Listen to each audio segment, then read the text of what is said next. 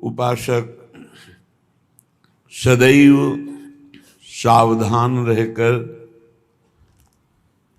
आराध्य देव के सिवा किसी से अपनापन न कर बैठे। किसी से भी अपनापन किया तो परिणाम में वो मारा जाएगा। मारा जाने का तात्पर्य है अपने नित्य स्वरूप की प्राप्ति के लिए जो मानव देह मिला था वो व्यर्थ चला जाएगा। किसी से भी अपनापन, मेरे तो श्री श्यामा श्याम दूसरो न कोई। अगर दूसरा कोई अपना है तो सच्चे मानो सिर्फ कष्ट के सिवा, चिंता के सिवा, शोक के सिवा और परिणामतः कुछ हाथ ना आना, यही परिणाम होगा। इतना राग हो गया है शरीर से और शरीर संबंधियों से, शरीर भोगों से, कि ये बात हमारे समझ में ही नहीं आती कि मेरे तो श्री श्यामा श्याम दूसरो न कोई। ये भी पता है जाना है, ये भी पता है कुछ साथ नहीं जाना है, फिर भी सावधान नहीं। कैसी भगवान की विचित्र माया है कि जानते हुए भी अपने दिव्य कमाई के समय को व्यर्थ में गंवा रहा है। दिव्य कमाई, नाम रूप लीला धाम। अपने इष्ट का नाम, अपने इष्ट का रूप, अपने इष्ट का धाम, अपने इष्ट की लीला, बस यही सर्वस्व है। ये जो श्यामा श्याम की रसमयी उपासना है, श्रीपाद कह रहे थुत्कारयन्तो भजताम सर्वानंद रसोन्नति यो भजेन नित्यमेकेन भावेन तमहम भजे। यो भजेन नित्यमेकेन, ये बहुत खास बात है। यो भजे नित्य मेकेन, अपने इष्ट का ही केवल भजन, अंतर में चिंतन, अन्य नहीं। ये बड़ा कृपा का मार्ग है। जब कृपा से इतने नजदीक आ चुके हो तो अनन्य हो जाओ। इष्ट की अनन्यता ही इस साधन मार्ग की सिद्धावस्था है। अब जितनी जल्दी आप अनन्य हो जाएं, अनन्यता में बड़ी दिव्यता है। अनन्यता में इष्ट चूक नहीं देखता है। अनन्यता में निश्चित भगवत प्राप्ति होती है। अनन्यता ही परम साधन, परम सिद्धि दोनों है। साधन तभी माना जाएगा जब इष्ट की अनन्यता है, और सिद्धावस्था तभी प्रकाशित होती जब इष्ट की अनन्यता है। बोले और भोगों की बात, लोक लोकांतर के सुखों की बात तो थुत्कारयन्तो, थूक देने योग्य, इनमें कोई सार बात नहीं। क्योंकि जो महारस का रसास्वादन करते हैं वही ऐसा बोल सकते हैं। थुत्कारयन्तो, थूक देने योग्य हैं सब लोक परलोक के जितने भोग हैं, वो सब व्यर्थ है। एक स्वाप्निक जैसे स्वप्न में हमने बहुत सुंदर सुंदर पदार्थ खाए, जगे तो हमारी भूख थोड़ी मिट गई। ऐसे ही भोगते हुए कितना समय व्यतीत हो गया, पर क्या हमारी भूख मिटी क्या? इसका मतलब स्वाप्निक है, साफ स्वाप्निक है। ये भगवान शंकर कह रहे हैं, उमा कहूं मैं अनुभव अपना, सत हरि भजन जगत सब सपना। सपना स्वाप्निक। इसलिए थुत्कारयन्तो, जिन तुम भोगों में अपने दिव्य समय को नष्ट कर रहे हो, महापुरुषों ने जब भगवदानंद की अनुभूति की तो उनको ऐसा लगा कि लोक लोकांतर के सारे सुख थूक देने योग्य हैं, कड़वे हैं, विषैले हैं। ब्रह्मादि के भोग सब विषम लागत ताहि, नारायण ब्रज चंद की लगन लगी है जाहि। बिरह कमंडल कर लिए बैरागी दो नैन, मांगत दरस मधु करी छके रहे दिन रैन। नारायण स्वामी जी कह रहे हैं जिनको श्री कृष्ण मिलन की लगन लग गई, उनको ब्रह्मादिक के भोग भी विष के समान लगते हैं। वो विरह रूपी कमंडल लिए वैरागी उनके नेत्र हैं, केवल दर्शन रूपी मधुकरी मांगते रहते हैं, रात दिन परमानंद में छके रहते हैं।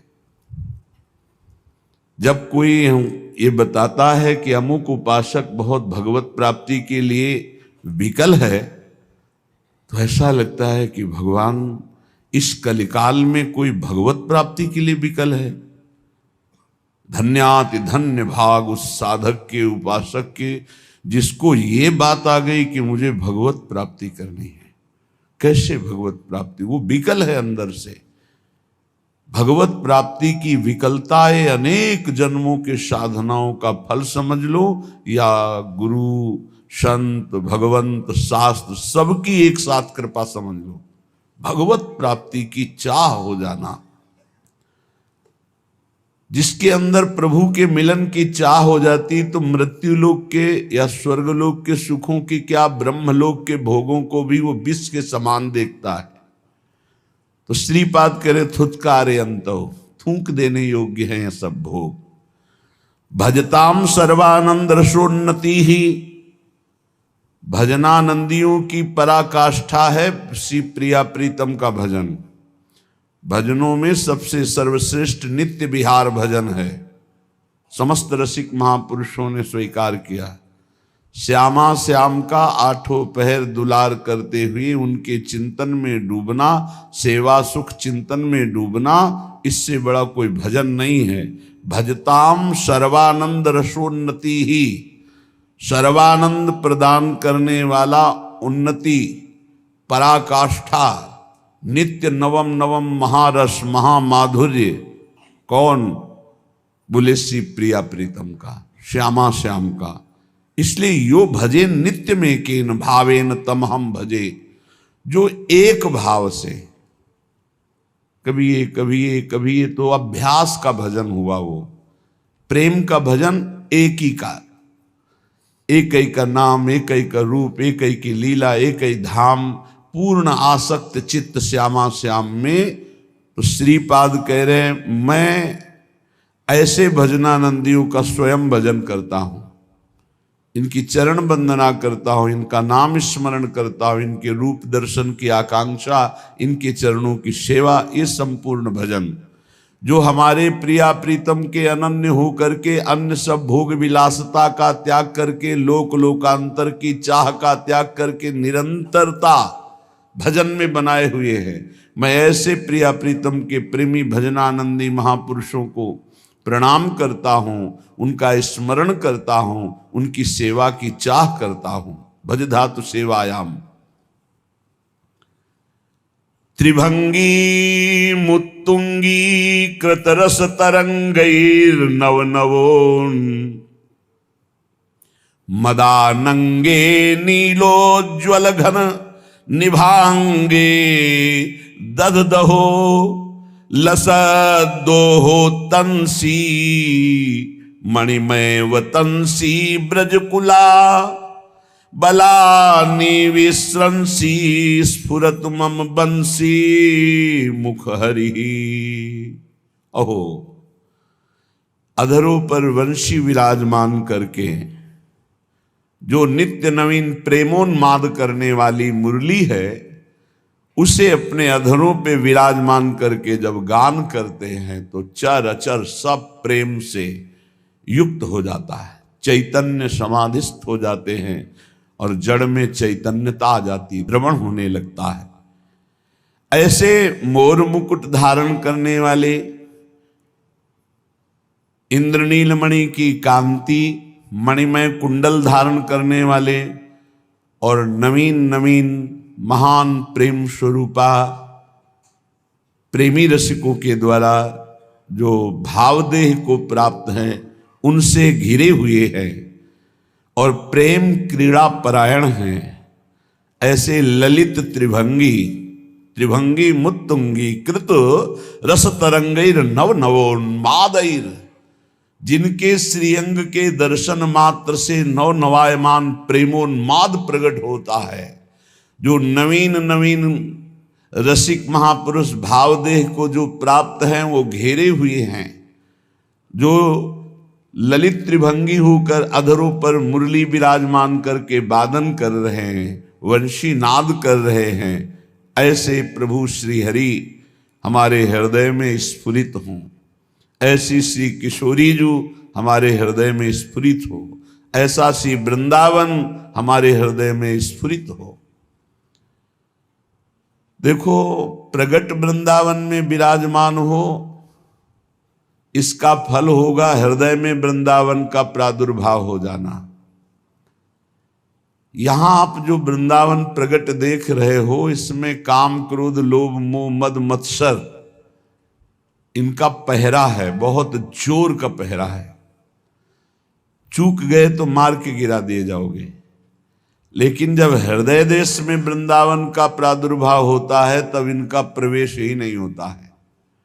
श्री रसिक शेखर भगवत रसिक जी महाराज कह रहे हैं, हमारे वृंदावन उर और माया काल जहां नहीं व्यापे, जहां रसिक सिर मोर, हमारे वृंदावन उर और छूट जात सत असत वासना, मन की दौरा दौर, भगवत रसिक बतायो श्री गुरु अमल अलौकिक ठोर, हमारे वृंदावन उर और। श्री गुरुदेव भगवान की कृपा से प्राप्त नाम मंत्र उपासना के प्रभाव से हमारे हृदय में और वृंदावन जागृत हुआ है। और वृंदावन यहाँ निर्माण हो रहा है, यहाँ विनाश लीला भी दिखाई दे रही है, पालन लीला भी, अर्थात मायाकृत त्रिगुण का खेल यहाँ भी दिखाई दे रहा है। सृजन, जन्म होना, पालन, बढ़ना और नष्ट हो जाना, संहार, तीनों लीलाएं भगवान की यहां दिखाई दे रही है। शरीर बढ़ रहे हैं, नष्ट हो रहे हैं, जन्म ले रहे हैं, बढ़ रहे हैं, नष्ट हो रहे हैं, दृश्य बदल रहा है, नष्ट हो रहा है। लेकिन जब गुरु प्रसाद से इसी धाम में उपासना परिपक्व होती तो हृदय में जो वृंदावन जागृत होता है, बोले पहली बात, इस त्रिगुण माया का प्रभाव प्रवेश नहीं करता, जो दिव्य वृंदावन हृदय में प्रकाशित होता है। माया और काल, कालातीत वृंदावन, त्रिगुणातीत वृंदावन, माया काल जहां नहीं व्यापे, त्रिगुण माया का प्रभाव हृदय के वृंदावन में नहीं पड़ेगा, काल का प्रभाव हृदय के वृंदावन में नहीं पड़ेगा। जहां रसिक सिरमौर, जहां हमारे आचार्य गुरुदेव सहचरी स्वरूप से निरंतर सेवा में विराजमान है, जब इस वृंदावन का हृदय में जागृत होता है तो असत वासना की कौन बात करे, सद वासना भी नहीं रह जाती। छूट जात सत असत वासना, मन की दौरा दौर, ये जो मन चंचल होकर के लोकांतर के भोगों में भटक रहा था, अब प्रियालाल के प्रेम रस में, नवनिभृत निकुंज की शोभा में ये अटक गया। इसकी दौड़ भागने की सामर्थ्य गई, पंगु हो गया मन। ना माया का प्रवेश त्रिगुण, ना काल का प्रवेश कालातीत। जहां हमारे रसिक शेखर आचार्य सहचरी वपु से, गुरुदेव सहचरी वपु से सेवा परायण हैं, वो दिव्य वृंदावन हमारे हृदय में प्रकाशित हुआ। सद और असद दोनों वासनाएं छूट गई, निर्वासनिक हृदय, मन पंगु हो गया। भगवत रसिक जी कहते हैं ऐसा अलौकिक ठौर गुरुदेव की कृपा से हृदय में जागृत हुआ। ये अलौकिक वृंदावन कब जागृत होता है? कैसे? उपासक के, जिसको पाई भर परवाह नहीं होती, न लोक की न वेद की, एकमात्र श्यामा श्याम का अनन्य होकर रात दिन भजन में लगा है, सेवा में लगा है, चिंतन में लगा है, जिसके हृदय में नरक स्वर्ग अपवर्ग आस नहीं त्रास है, जहां राखो तहां रहो मानी सुख राशि है, देव दया करि दान न भूलो के लिको, भगवत बलित तमाल बिलो को बेलिको। बहुत सुंदर निष्ठा का वर्णन है। इस निष्ठा के बिना दिव्य वृंदावन में आपका प्रवेश या आपके हृदय में दिव्य वृंदावन का प्रकाश होना ये बड़ा कठिन है। बहुत बड़ी कृपा हो गई, दरवाजे में तो आ गए, बस अब घर में प्रवेश करने। दरवाजे के बाहर त्रिगुण का पहरा है, अभी दरवाजे पे हो, अभी अंदर प्रवेश नहीं हुए। सतोगुण तमोगुण रजोगुण, इसका देखो लीला विलास दिखाई दे रहा है, कुछ बुरा कुछ अच्छा, कुछ विनाश लीला ये दिखाई दे रही है। इसका मतलब त्रिगुण दृष्टि है और अभी त्रिगुण को आप देख पा रहे हैं। कुछ निर्माण हो रहा है, कुछ टूट रहा है, कुछ ऐसे काल का भी प्रभाव दिखाई दे रहा है, अवस्था का भी प्रभाव दिखाई दे रहा है। मन की दौड़ा दौड़ भी नहीं मिटी है, वासना भी है सदसद, अभी वृंदावन में प्रवेश नहीं हुआ। यही वृंदावन है, पर त्रिगुण का जो तुम्हें खेल दिखाई दे रहा है इससे परे है यहां का खेल। ये कब हृदय में जागृत होगा? जब ऐसे भजन में लगो कि नरक स्वर्ग अपवर्ग आस नहीं त्रास है, ना तो नरक का त्रास है ना स्वर्ग और मोक्ष की आस है। स्वर्ग मिले नरक मिले परम पद मिले, बिल्कुल कोई परवाह नहीं। जहां राखो तहां रहो मान सुख राशि है, जहां रखो जैसे रखो, महलों में रखो चाहे झोपड़ी में बास दो, ये सुख राशि मान करके रहूंगा, दुखी नहीं होऊंगा। ये निष्ठा दिव्य वृंदावन के लिए चाहिए, जो हृदय में भगवत रसिक जी कहते हैं गुरु प्रसाद से अमल अर्थात निर्मल माया रहित, अलौकिक अर्थात जो शास्त्र और बड़े बड़े विद्वानों की भी दृष्टि में ना आवे वो अलौकिक, लोक परलोक से भी परे अलौकिक, ब्रह्मा की रचना से भी परे अलौकिक, अमल अलौकिक ठाव। ये शब्द देखो, सत्संग है, जहां राखो तहां रहो मान सुख राशि है। हे नाथ, यदि आप बहुत दूर रखते हो तो मैं आपके आश्रित होकर आपका नाम जप करते हुए आपके ही अधीन रहूंगा। कहीं भी रखो, मान सुख राशि है, मैं वहीं रहूंगा। और ऐसा आपने कर दिखाया भगवत रसिक जी, अनन्य वृंदावन धाम के। थोड़ा दुखद घटनाएं होती इसलिए उनका वर्णन करने का भाव नहीं बन पाता। इनकी यही निष्ठा थी कि ब्रज के समस्त जन भगवत स्वरूप हैं, जाति पक्ष नहीं देखना चाहिए। ऐसा गुरुजनों ने, महापुरुषों ने, ऐसा वाणीकार रसिक जनों ने स्थापित किया है। व्यास रसिक तेई बड़े ब्रजते अनत न जाई, वृंदावन के स्वपचलों जूठन मांगे खाही। तो इसी रस सिद्धांत में भरे हुए भगवत रसिक जी ने एक दिन एक ऐसे घर से, जिनका धोबी कुल में जन्म हुआ, उस घर से भिक्षा ली कुछ द्वेष करने वाले जन स्वाभाविक होते हैं। महामहिम रसिक शिरोमणि श्री ललित मोहिनी देव जी के पास शिकायत पहुंची, कई बड़े रसिक और सब मिलके कि ये तो बड़े भजनानंदी हैं, मानते हैं, बड़े विरक्त हैं, ये भी मानते हैं, पर ये तो धर्म के विरुद्ध आचरण कर रहे हैं। ये तो अमुक के घर में रोटी मांग के खाए।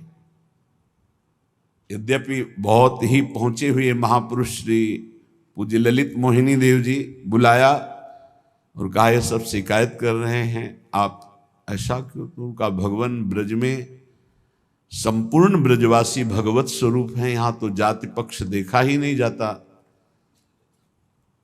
तो उन्होंने कहा कि बड़ों की बात सुननी चाहिए। तो कहा बड़ों ने ही लिखा है वाणियों में और बड़ों ने ही ऐसा आदेश किया है, क्योंकि हरिराम व्यास जी बड़ों में ही हैं। बड़े बड़े और भी रसिक महापुरुष बहुत से वाणियों में पाया है हरिराम व्यास जी का यशगान करते हुए। अष्टाचार्यों की वाणियों में भी है कि व्यास जैसे तो सिर्फ व्यास ही है, दूसरा कौन हो सकता है। हरिराम व्यास जैसे तो सिर्फ हरिराम व्यास जी ही है, ऐसा वाणी में। व्यास मिठाई विप्र की तामे लागे आग, वृंदावन के स्वपच की जूठन खइए मांग। ये रसिक महापुरुष उन्होंने कहा कि नहीं, तुम्हारी ये सब नहीं, तुम्हें नहीं जाना चाहिए, तुम ये विरुद्ध कार्य किए। यद्यपि हम समझ रहे हैं कोई गलती नहीं है, फिर भी चार संत महंत कह रहे हैं, चार लोग कह रहे हैं, तो तुम्हें स्वीकार करना चाहिए तुमसे गलती हो गई। आप कहते हैं तो स्वीकार करते हैं, वस्तुतः महापुरुषों ने कहा है कि आप मांग सकते हैं, पर आप आदेश कीजिए, अगर गलती आप कहते हैं तो हमें दंड दे सकते हैं आप। धीरे धीरे विरोध रूप खड़ा हो गया। यद्यपि पूज्य श्री ललित मोहिनी देव जी हृदय से प्यार करते थे, जानते थे कि नहीं, किंचन मात्र त्रुटि नहीं है। फिर एक दिन बुलाया और कहा देखो, हम जानते हैं कोई त्रुटि नहीं है, पर सब संत महंत जन ऐसा कहते हैं कि आप ऐसा किए हो, तो आप वृंदावन से निकल जाओ, वृंदावन में मत दिखाई देना। कितना गुरुजनों का आदर महापुरुष करते थे, मतलब हृदय में सामर्थ्य नहीं ऐसी, सामर्थ्य ही नहीं ऐसी, जैसे महापुरुष जन अपने गुरुजनों की आज्ञा का पालन किए, ऐसी सामर्थ्य नहीं। मतलब कितनी बड़ी बात है कि वृंदावन रस के परम रसिक, वृंदावन रजोप सेवी, एक क्षण भी वृंदावन से बिलक जीने की हिम्मत नहीं, ऐसे महापुरुष। गुरु जी ने कहा निकल जाओ वृंदावन से, वृंदावन में अब तुम दिखाई मत देना, दर्शन मत देना वृंदावन में। और भी विचित्र लीला हुई कि भगवत रसिक जी की वाणी को आदेश हुआ कि यमुना में विश्राम दे दो, प्रकाशित ही न हो। अब लीला गुरुजनों की, ऐसा क्यों कहा, वाणी जी के प्रति क्यों कहा? क्योंकि प्रमाणित होना चाहिए कि भगवत रसिक जी की वाणी ये सिद्ध वाणी है। यमुना जी में डुबोया तो ना एक कागज गीला हुआ, ना वाणी जी डूबी, ऊपर ऐसे ही यमुना जी ले विराजमान रही। फिर वाणी सिद्ध वाणी, गुरुजनों की लीला में आंतरिक रहस्य रहता है, प्रगट में दिखाई देता है गुरुजन कैसा व्यवहार कर रहे हैं कि वाणी जी को डुबवा दिया, लेकिन गुरुजन ये प्रमाणित कर रहे हैं कि मेरे शिष्य भगवत रसिक की वाणी सिद्ध वाणी है। यमुना जी अपनी गोद में ले रही, एक बूंद जल किसी भी पन्ने में नहीं लगा, कोई भी वाणी किसी भी तरह से खंडित नहीं हुई, पूरी वाणी पुनः वापस हुई। भगवत रसिक जी ने श्री चरणों में प्रणाम किया और कहा कभी अब दोबारा दर्शन नहीं होंगे हमारे आपके, आपकी आज्ञा का अक्षरशः पालन होगा। और यमुना का किनारा पकड़ा और सीधे प्रयागराज झूसी में यमुना के पावन पुलिन तट पर निरंतर नित्य विहार श्री श्यामा श्याम का अवलोकन करते हुए, कल आपने सुना जब शरीर छोड़ा तो सब अलौकिक दिव्य विभूतियां आ गई स्वागत करने के लिए। गंगा जी ने कहा आप अभी इसी क्षण शिवलोक को चलिए, ब्रह्मलोक को चलिए, कोई कह रहा अमुक लोक को चलिए, सरस्वती जी कह रहे ब्रह्मलोक चलिए, साहब विश्व का वैभव आपके लिए। भगवत ऋषि जी ने कहा नहीं, हमारा लक्ष्य ही नहीं है, हमारा लक्ष्य तो श्यामा श्याम है। हम तो यमुना सखी के साथ अपने प्रिय नवनिवृत्त निकुंज में जा रहे हैं, जहाँ स्वामी जी बिहारी बिहारिंजू का दुलार करते हैं। मुझे शरीर पूरा हुआ और आश्चर्य की बात कि प्रवाह में शरीर संगम की तरफ जाना चाहिए, पर यमुना जी उल्टा लहरों में लेकर के शरीर को प्रवाहित करने लगी वृंदावन की तरफ। इस सब ने देखा दिव्य महापुरुष का शरीर भी दिव्य होता है। तब वो कह रहे हैं नरक स्वर्ग अपवर्ग आस नहीं त्रास है, जहां राखो तह रहो मान सुख राशि है। देव दया कर दान न भूलो के लिखो, भगवत बलित तमाल बिलोको बेलिको। मुझे नरक का भय नहीं है, स्वर्ग और मोक्ष की चाह नहीं है, जा रखो हे श्यामा श्याम, हे गुरुदेव, वही सुख राशि मान करके रहूंगा। बस एक दया करके दान कर दो कि श्याम तमाल पर अर्जी हुई कनक की बेल की तरह मैं युगल सरकार को हर समय देखता रहूं, बस उनकी केल को ना भूलूं, उनके इस मिलन के रूप को देखता रहूं, जहां मनावे वहां रख दो। नरक स्वर्ग अपवर्ग आस नहीं त्रास। और सुख दुख भुगते देह नहीं कछु शंक है, निंदा स्तुति करो राव क्या रंक है। परमारथ व्यवहार बनो कि ना बनो, अंजन हुए मम नैन रसिक भगवत सनो। भगवत रसिक जी कह रहे मुझे इसकी भी परवाह नहीं, शरीर दुख भोगे या सुख, इसकी भी परवाह नहीं। सुख दुख भुगते देह नहीं कछु शंक है, इसकी कोई परवाह नहीं। चाहे भयानक शरीर को पीड़ा दी जाए या शरीर की अनुकूलता दी जाए, मुझे इस शरीर की प्रतिकूलता अनुकूलता से कोई मतलब नहीं। निंदा स्तुति करो राव क्या रंक है।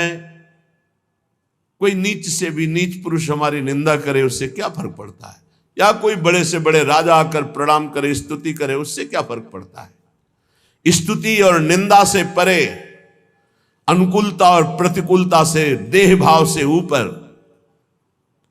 परमार्थ व्यवहार बनो कि ना बनो। परमार्थ भी बने ना बने, व्यवहार बने भी ना बने, तो एक बात केवल चाहते हैं, जैसे नेत्रों में अंजन अंजा रहे ऐसे युगल सरकार केवल हमारे नेत्रों में बसे रहे, बस।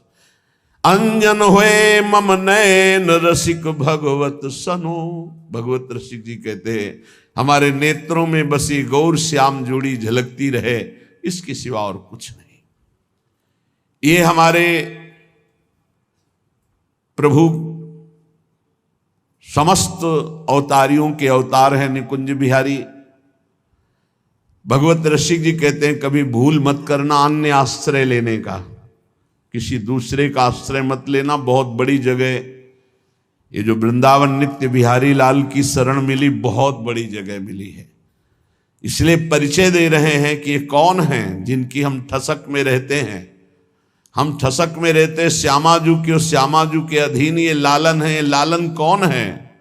बोले सब कालन को काल, लोक पालन को पाले, आपुन सदा स्वतंत्र, नियंता बुद्धि विशाले। उपजावे सब विश्व, रमय फिर ताके माही, देखत भूली करे परे भूलन में नाही। सडेश्वर समर्थ हरि, सो भगवत असरन शरण, तन मन जन की वेदना, हरहु मोद मंगल करन। तन मन की जन वेदना, हरहु मोद मंगल करन। जान लो हमारे श्याम सुंदर कौन है। ठसक बहुत जोर की आ जाएगी, लालन तेरे अधीन, जाके अधीन सदाई सांवरो। वो हमारी प्रियाजू तो लालजू कौन है? बोले सब कालन को काल, लोक पालन को पाले। ये हमारे लालजू महाराज एक कालों के भी महाकाल के भी शासन है। देखो ना, महाकाल भगवान शंकर को कहते हैं। भगवान शंकर भी चरणामृत जिनका धारण करते हैं वही भगवान हरि हैं। भगवान शंकर चरणामृत जो गंगा जी है कहाँ धारण करते हैं? हाँ, वही है कालों के काल महाकाल, जो उनके द्वादश स्वरूप ज्योतिर्लिंग के रूप में विराजमान है।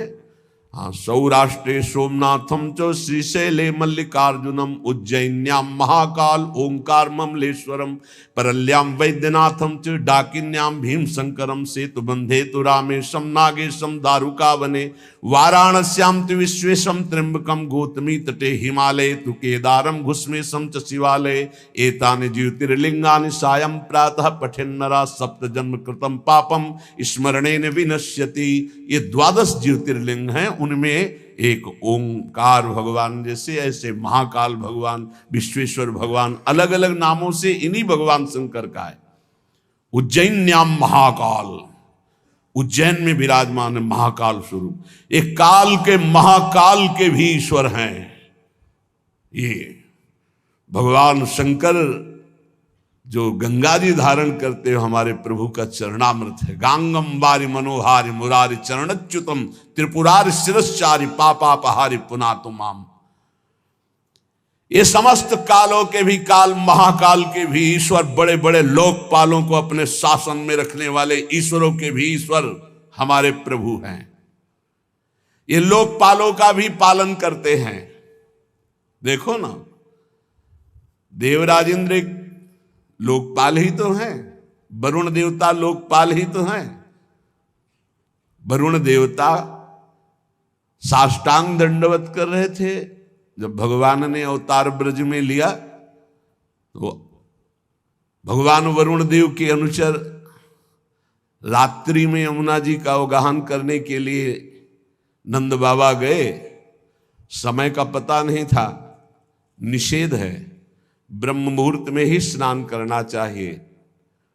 जो नदियों में स्नान है, जो पावन तीर्थों का अवगाहन है, वो ब्रह्म मुहूर्त में ही करना चाहिए। उसके पहले मानो यमुना जी भी तो शयन करती हैं, विघ्न नहीं डालना चाहिए। यद्यपि वो दर्शन के उद्देश्य से अपहरण किया था। जब नंद बाबा ने देखा कि लाला हमको यहां से ले जाने के लिए आया, तो लाला की दंडवत लोकपाल कर रहे हैं, वरुण देवता स्तुति कर रहे हैं, चरणों का अभिषेक कर रहे हैं, कृतार्थ मान रहे हैं। जब देखा लोकपालों का भी राजा देवराज इंद्र गिरिराज जी को धारण करके सारा अभिमान चूर्ण कर दिया, तो आकर के कामधेनु के सहित भगवान का अभिषेक कर रहे हैं, चरणों में बार बार मुकुट नवा रहे हैं। भगवान आदेश कर रहे हैं, देवराज इंद्र कभी अभिमान मत करना। कौन है ये प्रभु? जो अवतार के भी अवतारी बिहारी जो हैं, ये लोकपालों का भी पालन करने वाले, काल के भी महाकाल के भी ईश्वर हैं। क्यों? शास्त्रों में बहुत जगह वर्णन आया है कि भगवान ब्रह्मा शंकर शनकादि नमन करते हैं। ध्येयम सदा परिभवग्नम अभिष्ट दोहम, तीर्थास्पदम शिव विरंच नुतम शरण्यम। भगवान श्री हरि के चरणों की वंदना करते हैं। बोले ये लोकपालों का भी पालन करने वाले हैं। आप सबका अवलंब हैं। त्रिभुवन में जो भी ऋषि मुनि, दैवी शक्ति, आसुरी शक्ति, जो भी है, सबका ये अवलंब है, सबको ये पावर यही देते हैं। पर परम स्वतंत्र हैं, आपुन सदा स्वतंत्र। इनके ऊपर किसी का शासन नहीं है। एक जगह वो परतंत्रता स्वीकार स्वयं किए, अहम भक्त पराधीनो अस्वतंत्र ईवदन। परम स्वतंत्र प्रभु कहते हैं मैं परतंत्र हूं तो केवल भक्त के, अहम भक्त पराधीनो अस्वतंत्र, मैं वहां स्वतंत्र नहीं हूं, अस्वतंत्र हूं। कहां? अहम भक्त पराधीन हूं। जो मेरे प्रेमी भक्त हैं उन्होंने मुझे जीत लिया, अधीन कर लिया। नहीं तो कह रहे आपुन सदा स्वतंत्र, परम स्वतंत्र न सिर पर कोई, भावे मने करे सोई। इनके ऊपर किसी का शासन नहीं है। अगर शासन है तो प्रेम का है। यत्किंचित भक्तों में प्रेम आ जाता है तो अधीन हो जाते हैं। फिर तो प्रिया जो प्रेम की मूर्ति, इसलिए लालन तेरे ही अधीन। विशाला, नियंता बुद्धि विशाला, विशाल बुद्धि के अधिष्ठात्र देवता अर्थात ब्रह्मा को भी बुद्धि देने वाले, सरस्वती को भी बुद्धि देने वाले हमारे प्रभु हैं लालजू महाराज। जो सरस्वती सबकी बुद्धि में प्रकाशित है, या देवी सर्वभूतेषु बुद्धि रूपेण संस्थिता नमस्तस्यै नमस्तस्यै नमस्तस्यै नमो नमः, उनको भी बुद्धि प्रदान करते हैं हमारे प्रभु। ब्रह्मा को भी बुद्धि प्रदान करते हैं प्रभु। महातत्वादि कार्य द्रव्य के नियामक हैं प्रभु। उपजावे सब विश्व, एक संकल्प में अनंत ब्रह्मांडों का सृजन हो गया। किसी कारीगर और लेबर की जरूरत नहीं पड़ी। एक संकल्प, भ्रकुटी विलास सृष्टि लय हुई। सृष्टि का सृजन और पालन और लय इनके एक निमेष मात्र से, भ्रकुटी के इशारे से हो जाता है। हे ऐसी ठसक, ऐसे प्रभु हमारी प्रियाजू के अधीन हो। वो प्रियाजू हमारी प्रिय स्वामिनी है, हम उनकी प्रिय सखी हैं। कितना गर्व का विषय। आप स्वयं संपूर्ण विश्व ब्रह्मांड का सृजन करते हैं और फिर रमय ताके बाही, अपने आप से अपना निर्माण करते हो। आप इसमें विराजमान हैं और फिर आप ही इसका विनाश करते हैं। आप ही अपना खेल रचते हैं और उस खेल के खिलाड़ी और खेल दोनों आप हैं, और डट के खेलते हैं और इसके बाद इस खेल का समापन करते हैं। प्रलय, महाप्रलय वो अपने आप से अपने आप का करते हैं। बस यही समझना। जो नहीं हो पा रहा है तो बोले देखत भूली करे। जिसको देखकर भूल गया वो कौन है? बोले वो इन्हीं की माया है। पर परय भूलन में नहीं, पर माया उसको कभी भूल में नहीं डाल सकती जो इनकी शरण में है। मामे वे प्रपद्यन्ते माया में ताम तरंतिते, वही वो विराजमान है। कोई ऐसा नहीं जिसको माया भुलवा न दे। शिव बिरंची का मोह को है बपुरान, अस जिय जान भजी मायापति भगवान। लेकिन वो भूल में नहीं पड़ सकता जो सदैव भगवान की स्मृति में रहता है। माया भगवान और भगवान के भक्त के आगे अपना प्रभाव नहीं दिखाती। मां की तरह पोषण करती है भक्त का, और भगवान की तो प्रिया है ही, मायापति भगवान कहे गए। ये महाशक्ति है। कभी भी कोई अहंकार से इस पर विजय प्राप्त नहीं कर पाया। झुक कर निकल गया तो मुक्त हो गया। अगर अहम करके बैठ जाए तो परास्त करने के लिए एक क्षण काफी है माया को। बड़े बड़ों को मिट्टी में मिला देना। चाहे जित रहे न रावण सम अभिमानी, हिरणा कश्यम सब मर्दानी, सब लहान को कुल रो निहारा। अगर ऐसे देखो, ऐसे और तपस्या में, साधना में बड़े बड़ों को ऊंचाई से पटक देना इसका कार्य है। परे भूलन में नाही, वही जो हरि का आश्रय ले। मामे वे प्रपद्यन्ते माया में ताम तरंतिते। एक ही उपाय है, दैवी हेषा गुणमयी मम माया दुरत्तया मामे वे प्रपद्यन्ते माया में ताम तरंतिते। षडेश्वर समर्थ हरि, ये और कोई नहीं। जैसे कहते कि भगवान क्यों कहते हो, यहां भगवान थोड़ी है। देखो भाव से आप लालजू कह रहे हो, लेकिन है कौन? आचार्य क्या कह रहे हैं? कह रहे प्रीति की रीति रंगीलो ही जाने, यद्यपि सकल लोक चूड़ामणि। लोक चूड़ामणि कौन है? भगवान। जैसी हरिवंश करत अपनो जस प्रगट अखिल ब्रह्मांडन, कौन? भगवान। जाहि बिरंची उमापति नाये, कौन? भगवान। यहां भगवत रसिक जी कह रहे षडेश्वर समर्थ हरि, सो भगवान, सो भगवत असरन सरन, तन मन जन की वेदना हरहु मोद मंगल करन। हे अनाथों के नाथ, भगवत रसिक जी कह रहे हैं आप ही एकमात्र मेरे रक्षक हो। षडेश्वर संपन्न समस्त ऐश्वर्य, वैभव, ज्ञान, वैराग्य, प्रेम सबके समुद्र हो आप नाथ, एकमात्र आप ही मेरे रक्षक हो। हे परमानंद, परम मोद, परम मंगल, अपने शरणागतों का करने वाले, आप हमारी शारीरिक और मानसिक दोनों चिंतन वृत्ति का अपहरण करके अपने में लगा लो तो हमारी वेदना दूर हो जाएगी।